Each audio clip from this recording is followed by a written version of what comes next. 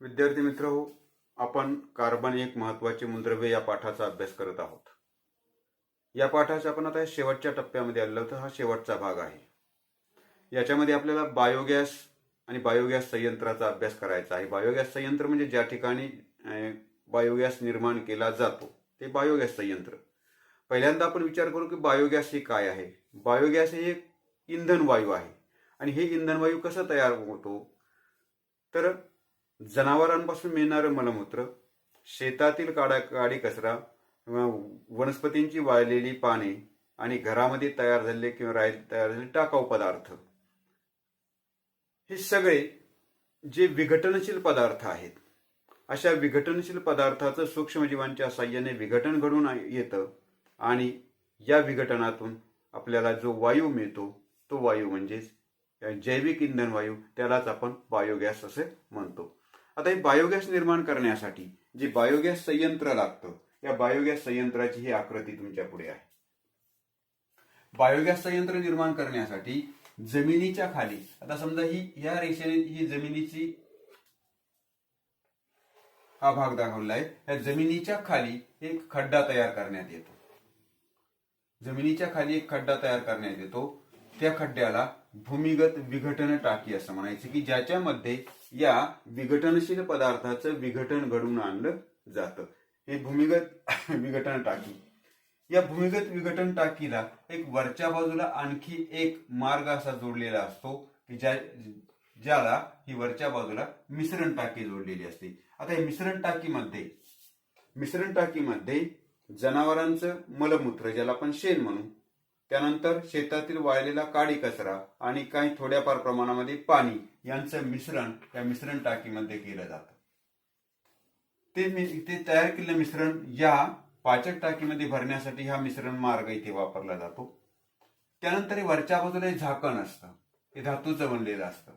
एक डोमच्या आकाराचं असं झाकण असतं जे धातूचं बनलेलं असतं. याच्या वरच्या बाजूला एक नलिका बसून ह्या आतमध्ये तयार झालेला वायू आपल्याला ज्या ठिकाणी वापरायचा आहे त्या ठिकाणी या भागातून तो वायू वाहून नेला जातो. आणि इथे वरच्या बाजूला आणखी एक छोटा मार्ग इथे जोडला जाऊन एक टाकी बसवली जाते. त्याला उत्प्रवाह टाकी असं म्हणायचं. म्हणजे यातून बायोगॅस तयार झाल्यानंतर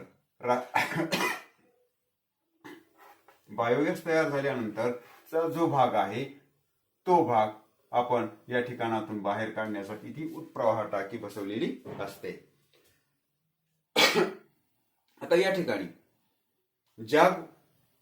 ज्या विघटनशील पदार्थांपासून आपल्याला बायोगॅस निर्माण करता येतो ते विघटनशील पदार्थ काही योग्य प्रमाणात पाणी मिसळून आतमध्ये या विघटक टाकीमध्ये भरलं जातं. विघटक टाकीमध्ये हे विघटनशील पदार्थ जमा होतात आणि ते जमा झाल्यानंतर त्या ठिकाणी सूक्ष्मजीवांच्या साह्याने त्या विघटनशील पदार्थाचं विघटन होतं आणि या विघटनाच्या प्रक्रियेतून जो वायू तयार होतो तो वायू या झाकणाच्या या डोमच्या आकारामध्ये साठून राहतो आणि तो या वरच्या मार्गातून बाहेर काढला जातो. तर हे झालं बायोगॅस संयंत्राची रचना. आता इथे हा वायू या वरच्या मार्गातून बाहेर काढला जातो.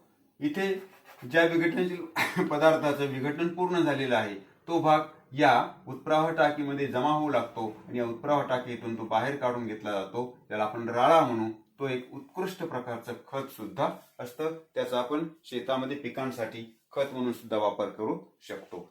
आता या बायोगॅस संयंत्रामध्ये बायोगॅस निर्मितीची जी प्रक्रिया होते ती 2 टप्प्यामध्ये होते. बायोगॅस निर्मितीची प्रक्रिया आपण आधी विचारावी.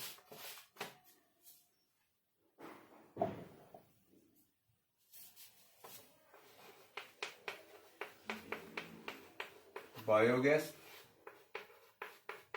निर्मितीची प्रक्रिया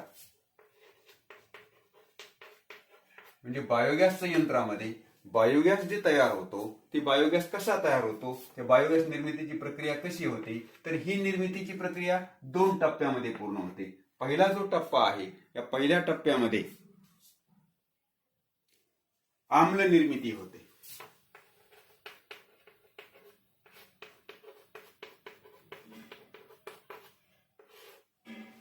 हा पहिला जो टप्पा आहे, या पहिल्या टप्प्यामध्ये आम्ल निर्मिती होते. आता ही आम्ल निर्मिती म्हणजे कोणतं आम्ल निर्माण होत असतं, तर याच्यामध्ये निर्माण होणारं आम्ल हे कार्बनी आम्ल किंवा त्यालाच आपण सेंद्रिय आम्ल म्हणू. सेंद्रिय आम्लाची निर्मिती होते. आता इथे ही जी पहिली प्रक्रिया आहे, या पहिली प्रक्रियामध्ये जे विघटनामध्ये विघटनाची जी सुरुवात झालेली असते त्याला आपण, ज्याचं विघटन होत असतं त्याला आपण विघटनशील पदार्थ म्हणू. ते नुसते विघटनशील, त्याला जैव विघटनशील म्हणू आपण. जैव विघटनशील म्हणजे जे सूक्ष्म जीवांमुळे ज्यांचं विघटन होतं असे जैव विघटनशील पदार्थ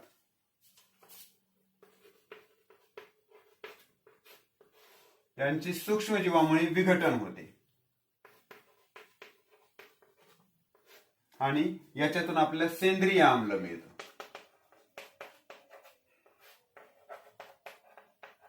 कोणतं असतं ते सेंद्रिय आम्ल, तर ते असतं ऍसिटिक आम्ल.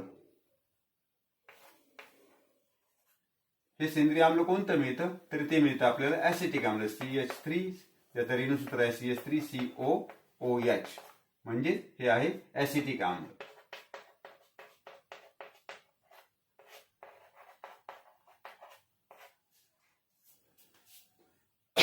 हे जैव विघटनशील पदार्थाचं विघटन घडून आणण्याचं काम कोण करतात, सूक्ष्मजीव करतात. सूक्ष्मजीव हे विघटन घडून आणण्याचं काम करतात आणि या विघटनातून आपल्याला सेंद्रिय आम्ल मिळतं. हे कोणत्या प्रकारचं सेंद्रिय आम्ल आहे, तर ते आहे ऍसिटिक आम्ल.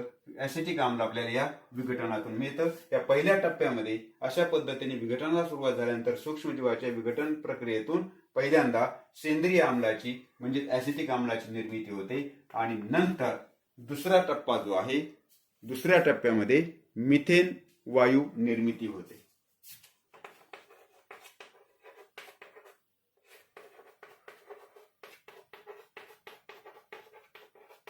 मिथेन वायू निर्मिती. पहिल्या टप्प्यामध्ये काय तयार झालंय, सेंद्रिय आम्ल. कोणतं सेंद्रिय आम्ल तयार झालंय, तर ऍसिटिक आम्ल तयार झाले. CH3COOH. CH3COOH हे ऍसिटिक आम्ल तयार झालेलं आहे आणि या ऍसिटिक आम्लाचं विघटन करणारे काही विशिष्ट सूक्ष्मजीव आहेत, त्याला म्हणायचे मिथॅनोजेनिक. कोणते सूक्ष्मजीव करतात, मिथॅनोजेनिक.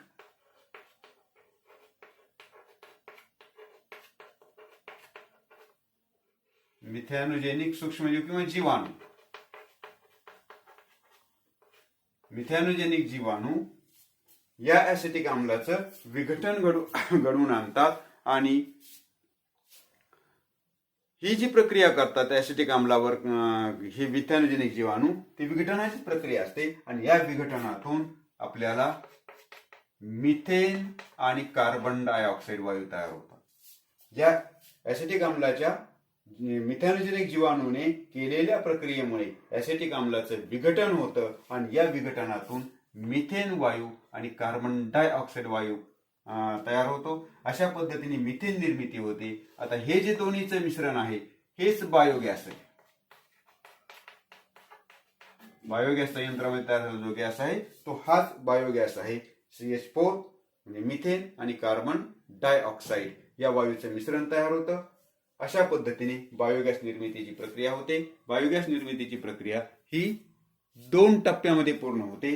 पहिला टप्पा आम्ल निर्मिती. इथे सेंद्रिय आम्ल तयार होतं. कशापासून, त्या बायोगॅस संयंत्रामध्ये टाकल्या जो विघटनशील कचरा आहे, म्हणजे याच्यामध्ये जनावरांचं मलमूत्र आहे, ज्याच्यामध्ये शेतातील वाळलेला काडी कचरा आहे, वनस्पतींचे पानं किंवा इतर विघटनशील पदार्थ, जैव विघटनशील पदार्थ. जैव विघटनशील पदार्थ म्हणजे ज्यांचे सूक्ष्म जीवांमुळे विघटन होते असे पदार्थ म्हणजे जैव विघटनशील पदार्थ. या जैव विघटनशील पदार्थाचं सूक्ष्मजीव विघटन घडवून आणतात आणि या विघटनातून सेंद्रिय आम्ल तयार होतं. या सेंद्रिय आम्लामध्ये कोणतं सेंद्रिय आम्ल असतं, तर ते असतं ऍसिटिक आम्ल. हे पहिल्या टप्प्यामध्ये आम्ल निर्मिती होते आणि दुसऱ्या टप्प्यामध्ये मिथेन वायू निर्माण होतो. आता पहिल्या टप्प्यामध्ये तयार झालेलं जे ऍसिटिक आम्ल आहे त्या ऍसिटिक आम्लाचं मिथॅनोजेनिक जीवाणू हे विघटन घडवून आणतात. या ऍसिटिक आम्लाचं मिथॅनोजेनिक जीवाणू विघटन घडवून आणतात. याच्यातून मिथेन आणि कार्बन डायऑक्साईड मिळतो. म्हणजेच या टप्प्यामध्ये आपल्याला मिथेन आणि कार्बन डायऑक्साईड वायूचं मिश्रण मिळतं. हे मिथेन आणि कार्बन डायऑक्साईड वायूचं मिश्रण म्हणजेच बायोगॅस. साधारणतः याच्यामध्ये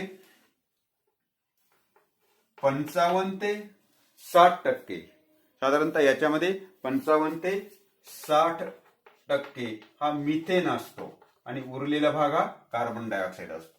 तर असं वायूचं मिश्रण तयार होतं. इथे बायोगॅस निर्मितीची प्रक्रिया पूर्ण होते. बायोगॅस संयंत्रामध्ये या पद्धतीने जो बायोगॅस तयार झालेला आहे, ज्याला आपण जैविक वायू म्हणू, याचे उपयोग कशा कशासाठी हा वापरला जातो. याचा इंधन म्हणून वापर केला जातो. मग घरगुती स्वरूपामध्ये सुद्धा आपण याचा इंधन म्हणून वापर करू शकतो. त्यानंतर विद्युत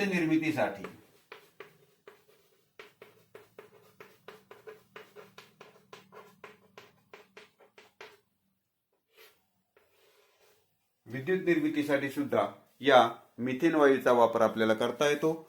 इंधन हे अत्यंत स्वस्त इंधन आहे, सगळ्यात स्वस्त स्वरूपातलं इंधन आहे, म्हणून याचा आपण घरगुती इंधन म्हणून सुद्धा याचा आपण वापर करू शकतो. त्याचप्रमाणे विद्युत निर्मितीसाठी सुद्धा याचा वापर आपल्याला करता येतो. आणि तसेच या बायोगॅसमध्ये मिथेन वायूचं प्रमाण मोठं असतं, म्हणून आपल्याला असा तिसरा उपयोग असा म्हणता येईल की मिथेन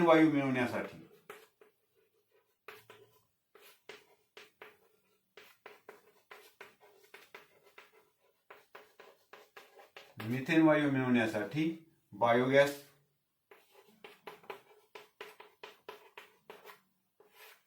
वापरतात.